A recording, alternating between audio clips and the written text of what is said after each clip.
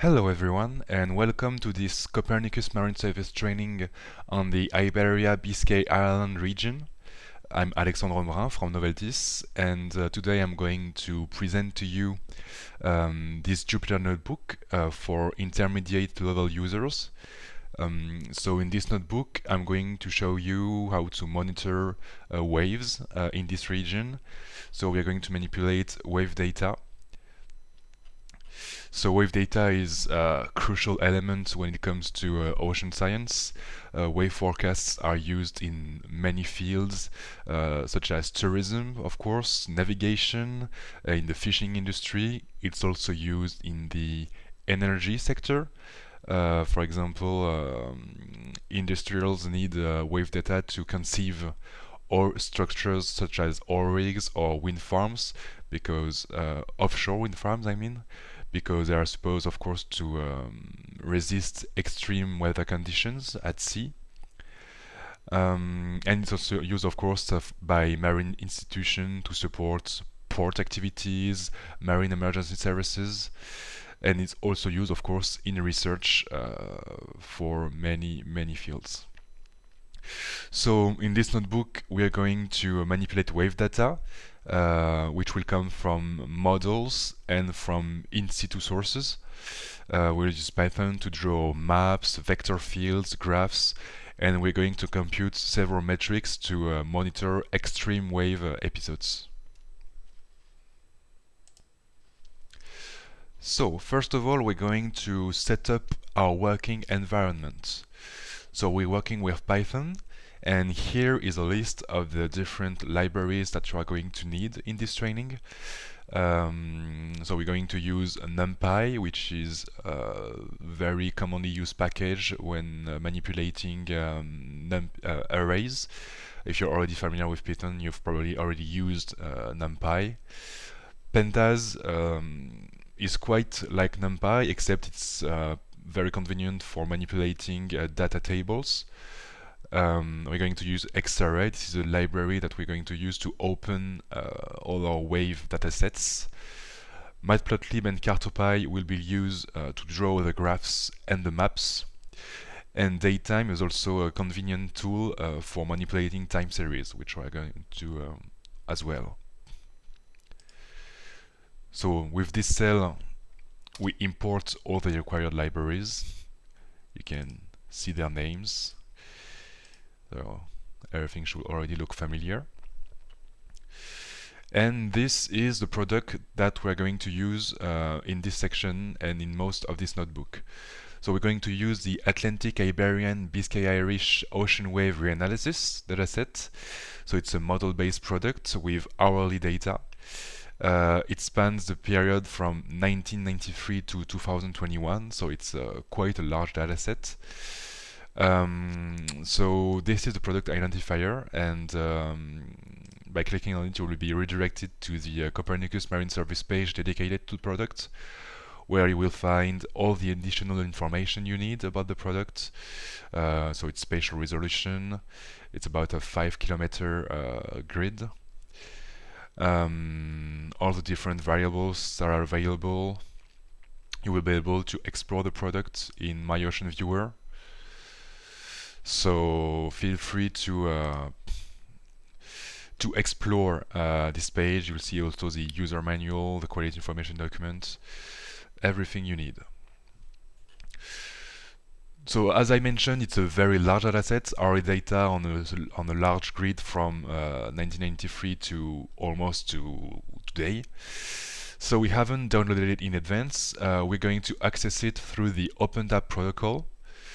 So to use this, you will need to run this file, which is here in the training folder.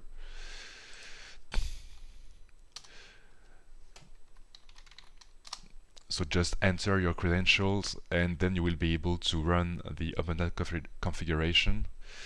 Of course, you won't see my password.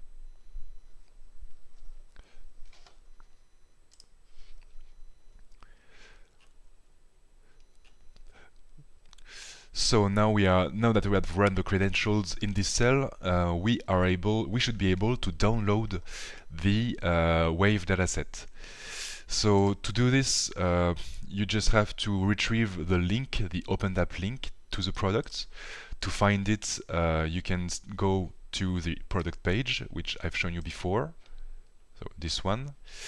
Click on Data Access, and here you will find on the OpenDAP column the OpenDAP link that you can copy by clicking on this icon and paste in your cell. So I've already done it, but if I paste, you'll see that it's the same link. So that's what you should be looking for.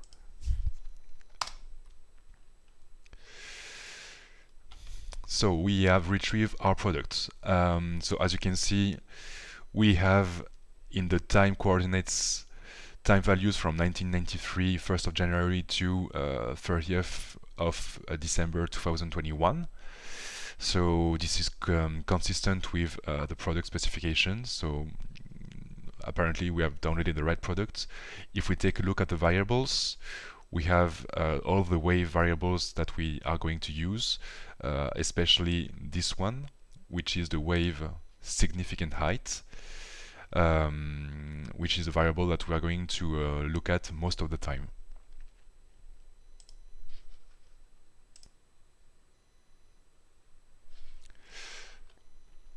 So now that we have retrieved this entire dataset with OpenDAP, let's just visualize what the wave looks like at a specific date. So we're going to define our area of interest. So this should delimit the whole Iberian-Biscay-Ireland region. Let's just execute the cell to store the longitude and latitude variables. And in this cell, we are going to just draw the map of the significant wave height on the 30th of October 2018 at 6 a.m. So in this cell, you see that I'm selecting the significant wave height variable from the dataset, and with the cell method, I'm selecting the date that I have just chosen. And the following lines are just for drawing the map. So this is what we have. So we can see that the waves are much higher in open ocean than near the coasts. We can notice some weird phenomenon here with these Canaries Islands. We see that there is sort of a zone area here where the waves are much smaller than north of the islands. What I propose to you is to investigate why this happens. So that's what we're going to do in the next cells. To investigate this phenomenon, we are going to look at wave direction. So as you can see, there are many direction parameters. This is the direction parameters are the variables ending with dr. So this is the wave direction, the mean wave direction, and those are the directions of the three wave components. So we have primary swell, secondary swell waves, and wind waves. Here are a few definitions if you're not too familiar with wave data of what primary swell, secondary swell, and wind waves refer to. So we are going to look at these three parameters separately and see what are, for these three parameters, what are the wave directions. So we're going to zoom in on this particular island, which is called the Gran Canaria Island. This is what we are delimiting with those new longitude and latitudes. We are subsetting a dataset to only cover this area, so this one. And we are going to draw to show the directions of vector fields. So to do this, we are using the quiver method from the matplotlib library. So if you look at the data, you see that here the wave directions are given as angles. They're given in degrees. But to plot this vector field with the quiver method, we need to have an x direction an horizontal direction, I mean, and a vertical direction, a Y direction or V direction. So we have to convert our angles to an horizontal and vertical component. So of course we're going to apply a cosine and a sine on the angles. That's what we do in this cell. Okay, and now we are going to draw the vector fields on our area of interest around the Gran Canaria island. So once again, we are choosing the same dates. We'll still plot the significant wave height as a background color. And here we are using the quiver method with the vector field that we have just calculated. Here it's for primary swell. We're doing the same for secondary swell and the same for wind wave that we have calculated here. Let's see what happens.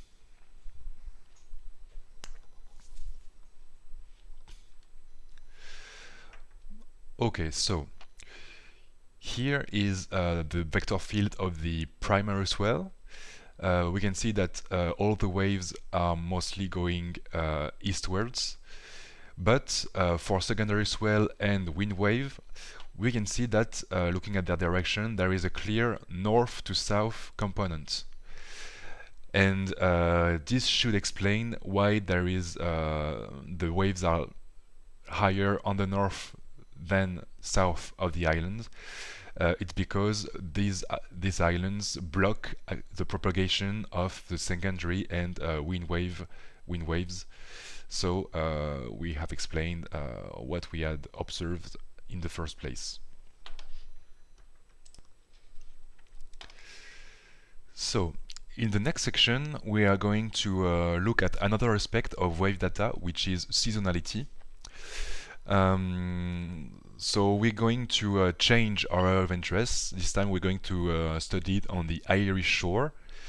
We will take 20 years of data, so from 2000 to 2019, and look at the significant wave height distributions month by month to see if there is a seasonal pattern in the data.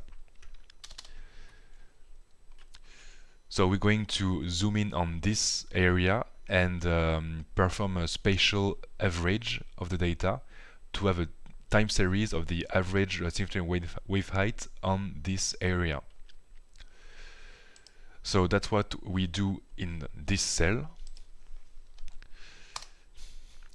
So as it is specified here, we're going to process a very large amount of data, so this is going to take a few minutes. So I'm probably going to pause the recording during the process, but in the meantime, let me explain what this line does. So with this portion of line, I'm selecting the 20 years of data, so from 2000 to 2019 included. I'm selecting the longitude and latitude, so this is the selection of the data only in this area. And here I'm performing the spatial average over the longitude and the latitude and skipping the missing values. So this is the spatial average. So it's probably still going to take a few minutes, not too long, but I'll get back to you when it's finished. Hello again. So the cell has finished executing. It really took a few minutes. So not that our data is loaded, we can do the next steps. So we're just going to plot the time series to see what it looks like over the Irish coast. So this is our significant wave height from 2000 to the end of 2019. And we see that there are regular spikes here in the data, and this clearly suggests a seasonal pattern.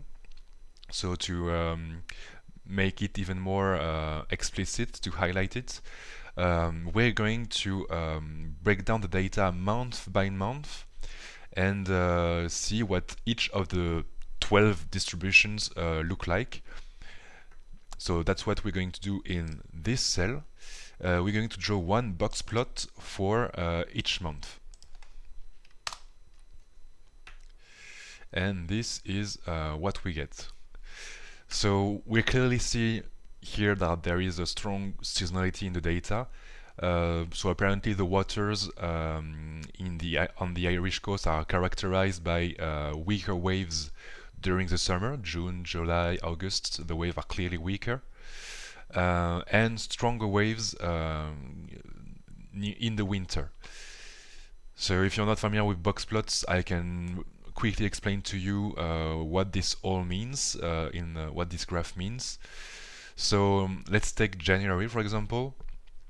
So here,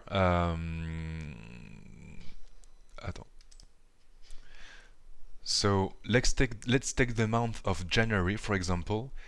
So basically what I've done is I have taken all the values from January in our 20 years of data and plotted the distribution in this shape. So this line here represents the median of the distribution. This is the minimum of the distribution, the minimum wave height in the 20 years of in January. The beginning of the rectangle here, it starts at the 25th percentile. So this, I've said already, it's the median. This is the 75th percentile. And this line here extends to the 99th percentile. So the remaining points here are the values from individual values from the last percentile of data. And so this last point here is the maximum of the data. Of course, in the box plot, you can choose how long you want your whiskers. So those little lines here are called the whiskers. You can choose what are their coverage. Here, I've explicitly chose to have this one, so at the 0 percentile, so this whisker at the minimum, and this one at the 99th percentile.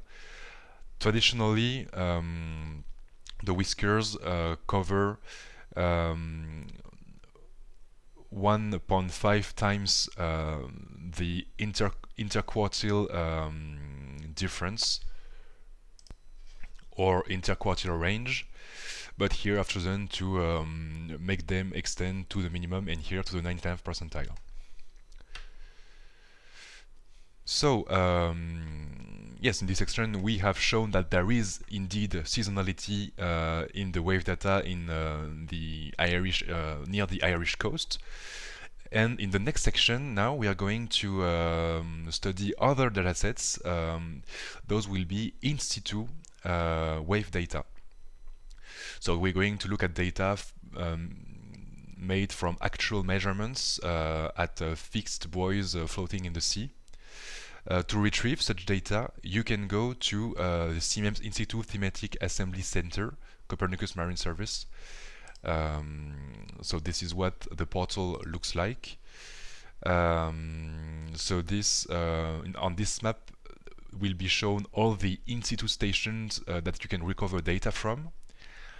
You can of course select what kind of variable you want to look at. Here I want to look at waves.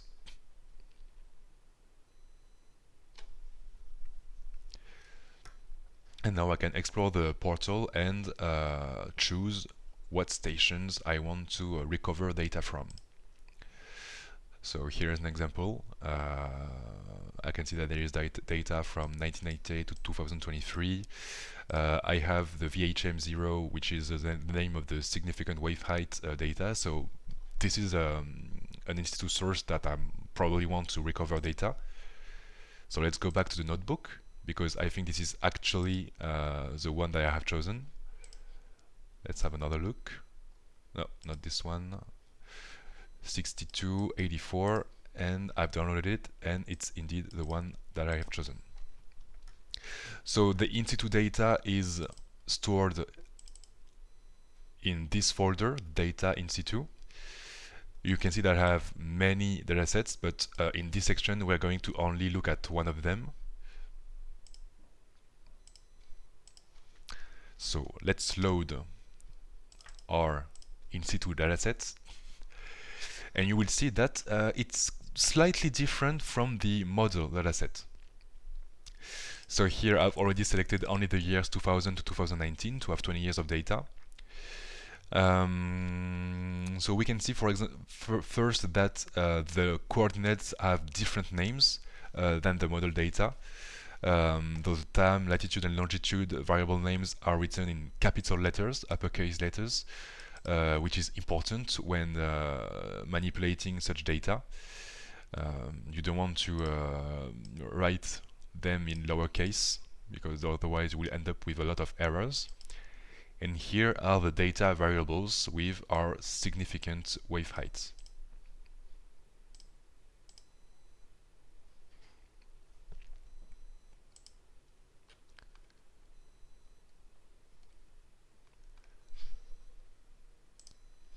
So let's plot what our dataset looks like.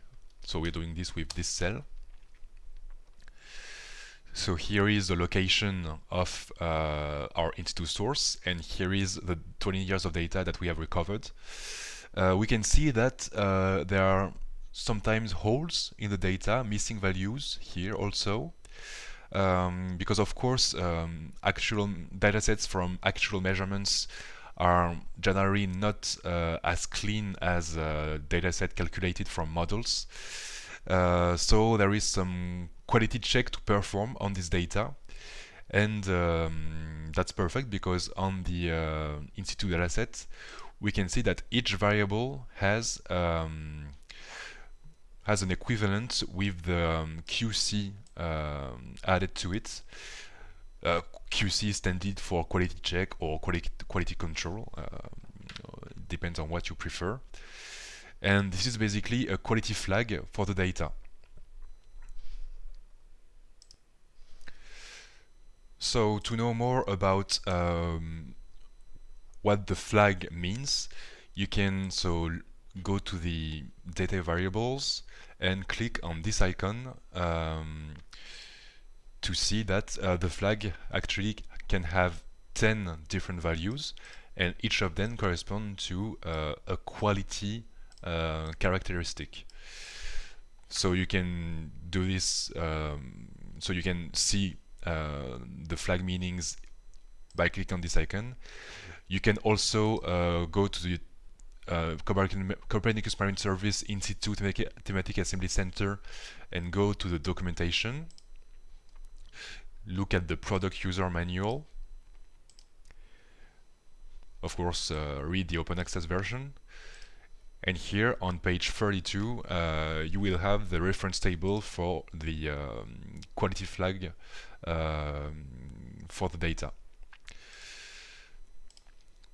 So we can have good data, bad data, and other flags for value change, missing values, etc. So let's plot the quality flag with our data to see how much bad data we have. That's what we do here. Okay, so this is our time series that we have seen before with the holes in them. And good news, we can see that most of the data is good data, but we still have a few points here that are flagged as bad data, and of course we have some holes in the data. So we are going to clean the data with this little function. So that way we're going to create a new variable with only the data points that are flagged as good in the significant wave height dataset. So that's what we're going to do with this cell.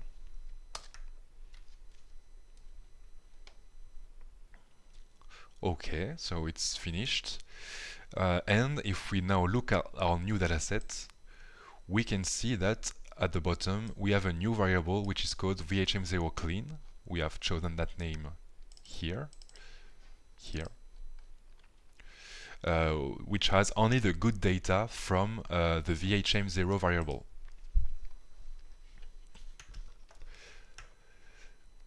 Now that we have cleaned the data, what we want to do now is do a quick comparison between the model data at the same in-situ location. We're going to compare the model and the in-situ data. So let's take our in-situ data and resample it. So I'm going to explain why we are doing this step. Is because if you look at our in-situ data, you can see that there are only 164,460 values on 20 years, and this is supposed to be hourly data, so one data point per hour. However, in 20 years, you're supposed to have 175,320 values. So this is because, as we've seen before, there are holes in the data. So we have missing data points. And we are doing this resampling just to create empty data points at the location of these holes, just to make sure that our in-situ data has the same number of points, of data points, of values, as the model data, which will have, of course, 175,320 values. So we're doing this resampling for that.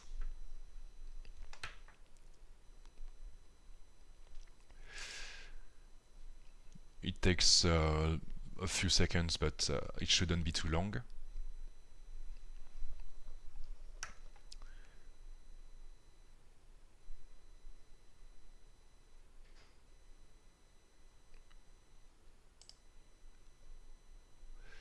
Let's wait some more time.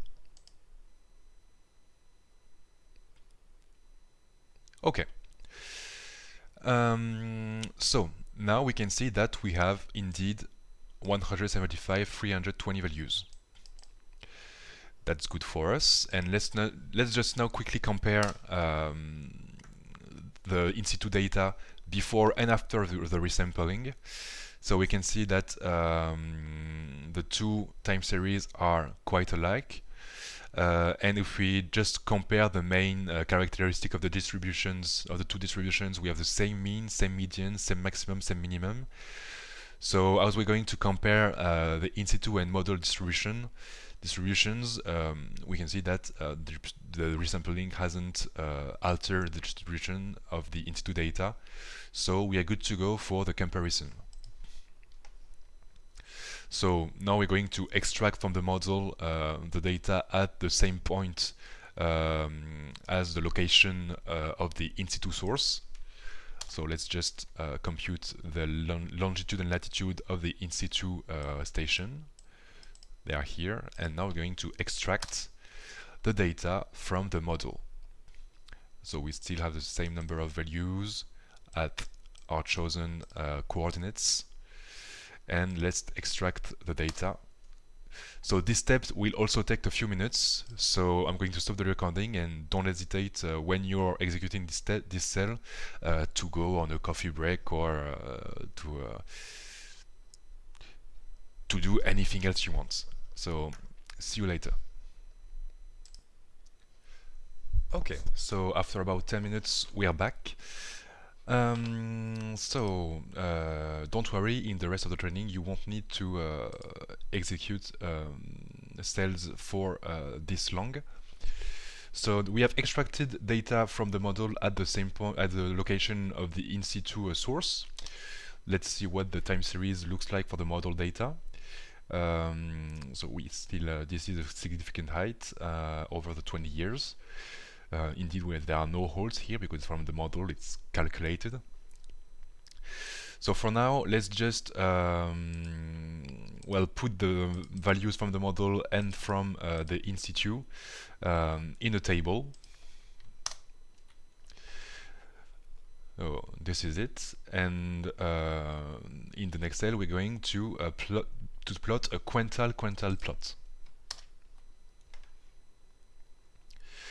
And this is what it looks like. So on the y-axis, this is the sorted in-situ distribution, and on the x-axis, this is the sorted model distribution of significant wave height.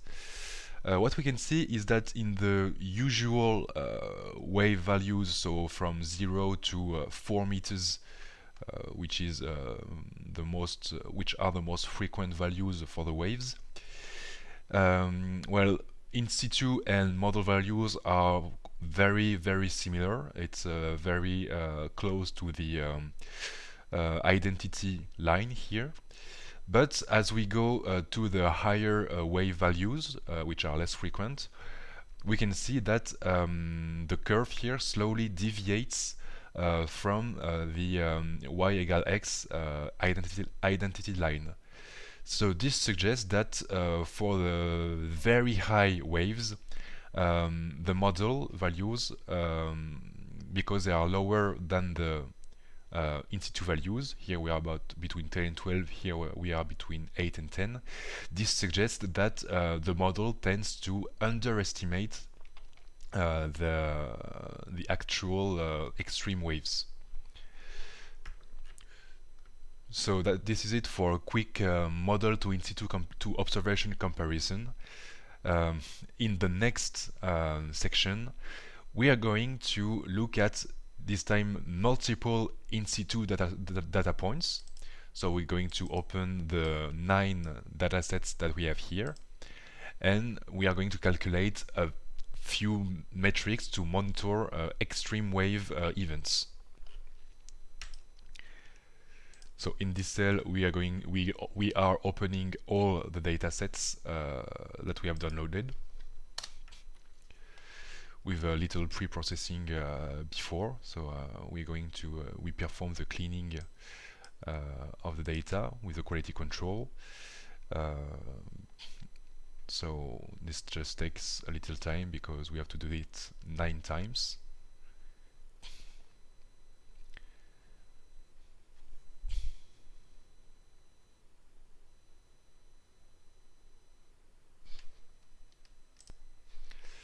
Okay, now it's done.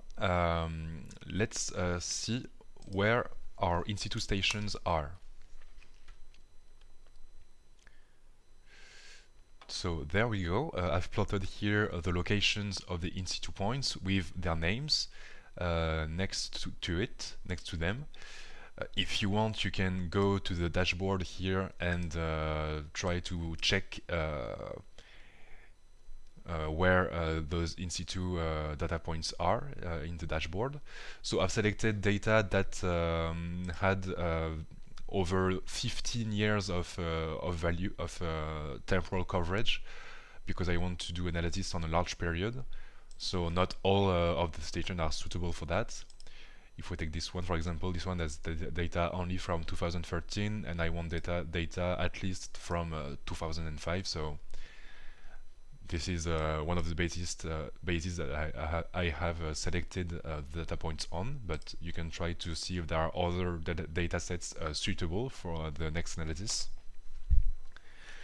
Let's take a quick look at all the different time series.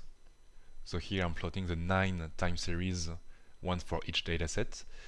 So as we can see, some data sets have data from 1995 or so. Here's from 2004, and all of them go to present time, except from this one here, which apparently doesn't have any data from starting from 2021 or so. So this is something that we are going to keep in mind in the next analysis. And if we look at the name 62105, we can see that it's this station that is concerned by this issue of not having data in 2021.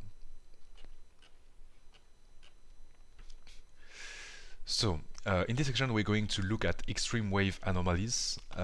So what we're going to do is we're going to calculate the 99th percentile of the wave distribution over 15 years of data, so from 2005 to 2019, and look at the difference between this reference period and the 99th percentile of 2020 and the 99th percentile of 2021. So the difference between those is what is called the anomaly. So in this first cell, I just calculate for each of the in situ stations our reference 99th percentile. So I calculated over the 15 years of data. So let's plot on the map what they look like. So we can already see that the most extreme waves happen rather at the north, near the Irish coast, and the extreme waves in the Iberian Peninsula and near the Bay of Biscay are quite lower, but they still are at about 6 to 7 meters of significant wave height, so this is already pretty high, especially near the coasts. So now we're going to compute the 99th percentile for 2020 and 2021. Okay, I've gathered the values in the same table as before, creating new columns. And now we're going to plot the anomalies on the map.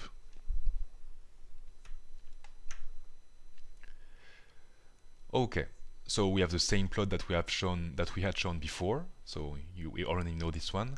And here is shown the difference between the 2020 99th percentile and the reference 29th percentile. So here we can see that in 2020, the extreme waves were much higher than usual. Here is shown the difference between 2021 and the reference period. So here near the island, we can see that the waves were about 2 meters higher than the usual extreme. So apparently 2020 was quite a turbulent year, and they were also a little bit higher in the rest of the area, only lower here near the Gibraltar, Detroit.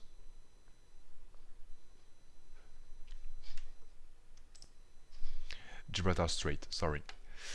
And in 2021, it's quite the contrary. We have on all the stations much lower extreme waves. So we can see a clear difference between the 2 years. So this is an interesting finding. And let's not forget that this station is white, so it's set, the anomaly value is set at 0. But we remember that it is because on this station we don't have any data in 2021. So this doesn't count in the analysis. So now we're going to compute another indicator, which is the frequency of strong wave episodes. So we're going to just compute a simple, in a simple way.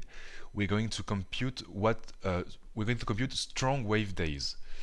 So we're going to see for every year, how many days had a mean significant wave height above 4 meters. So to do this, we don't need to have hourly data anymore. We can resample all our data to have daily values. So we have the resample method here, time 1D for 1 day, and we are averaging all the hourly values to have daily means of significant wave height. So we're doing this for the 9 institute stations. So this should take no more than a minute. Let's just wait.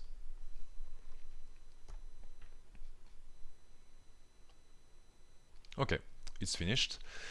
And now we're going to repeat almost exactly the same process as before. So we're going to create a table with the average number of strong wave days per year over the 15 years of data, or reference period, and we're going to do the same thing for 2020 and 2021.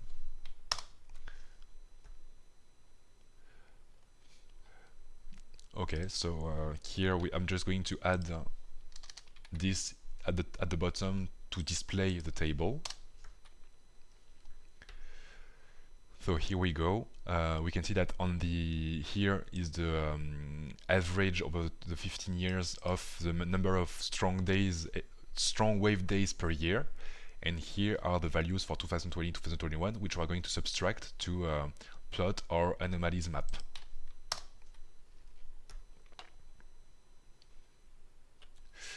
Okay, so on this map, we have the number of days per year where the significant wave height is above 4 meters. So we can see that's a little bit like the previous indicator. There are more strong wave days near Ireland than near the Iberia Peninsula. And if we look at the anomalies, this is for 2020 is quite consistent with what we've seen before, with generally more strong wave days than the reference period. But in 2021, it's a little more mixed because in near Ireland, we also have more strong wave days than usual. But near the Iberian Peninsula, we'll have slightly less strong wave days in 2021 than the average number on the reference period, except on this station where it seems to be there seems to be a little more strong wave days than the reference period. So we are arriving at the end of this tutorial. So to sum it up, we have manipulated wave data from models. We have plotted maps of significant wave heights. We have plotted vector fields of wave directions. We have looked at in-situ data, performed some pre-processing of the data, and compared in-situ and model data with the quantile plot. And in the last section, we have looked at multiple in-situ data sources to compute many extreme wave events indicators. And as we've seen, 2020 and 2021 showed very different anomalies regarding the 2005 to 2019 reference period. So this was an interesting study to make. Here are a few exercises that you can do now. So we have a few questions for beginners, intermediates, and advanced users. So we have plot map of significant wave height at a specific date here. You can try to plot at other dates to see what the evolution of the wave intensity is. Yes, we have to plot the vector fields. We have zoomed on one of the Canary Islands, which was the Grand Canary Island. You can zoom in on another island to see if we have the same phenomenon of north to south components in the wave directions. Yes, so for intermediates, we have studied the seasonality on the waves of the waves in near Ireland. You can reproduce this study anywhere in the area. So perhaps on the Bay of Biscay, for example, you can try to reproduce the same plot, but on this area maybe, or here on this coast. So it's as you want. Of course, you can expand the extreme wave analysis with the in-situ data by adding other in-situ datasets. So you can, as I said, you can explore this portal and find other stations that would be suitable for this analysis. So you can try to add them to this map. And finally, so I've shown you two extreme wave indicators. So the anomaly on the 99th percentile and the frequency of strong wave days. You can try to compute a trickier indicator.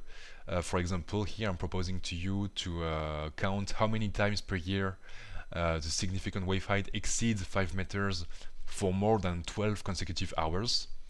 It sounds simple, but you will see that to code it's a little bit trickier than you would expect. So you can try to do this. And yes, we are arriving at the end of the presentation. So thank you very much for your attention. And of course, if you have any question, do not hesitate to contact the service desk of the Copernicus Marine Service through this email address. We'll be very happy to hear from you, and I sincerely hope that you have enjoyed this presentation. Thank you very much, and well, looking forward to hearing from you. Goodbye.